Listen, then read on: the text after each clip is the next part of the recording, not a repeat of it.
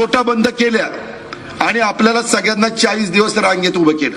माझी आई 82 वर्षाची, तिला पैसे पाहिजे तर मी माझ्या आईला रांगेत उभं करेल का 82 वर्षाच्या? मी काय म्हणेल, आई चेकवर सही कर, मी तरी जाईल किंवा पीएला पाठवीन आणि पैसे तुझे आणून तुझ्याकडे देईन. ह्या महाराजांनी काय केलं, आपली वयस्कर आई रांगेत उभी केली. पंतप्रधानाची आई रांगेत उभी. अरे काय चाललीये, काय चेष्टा लावली, काय गरज आहे का? आता मी इथली सभा झाल्यावर जाता जाता आईला काटेवाडीला भेटणार आहे. आईला भेटणार, काय असेल तिच्या तब्येतीची विचारपूस करणार, पुढे निघून जाणार.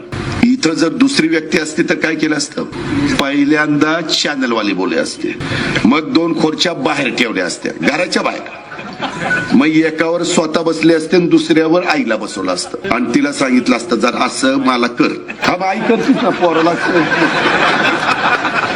मग त्या आईनं केलं असतं, म्हणलं की फोटो कच कच कच कच कच.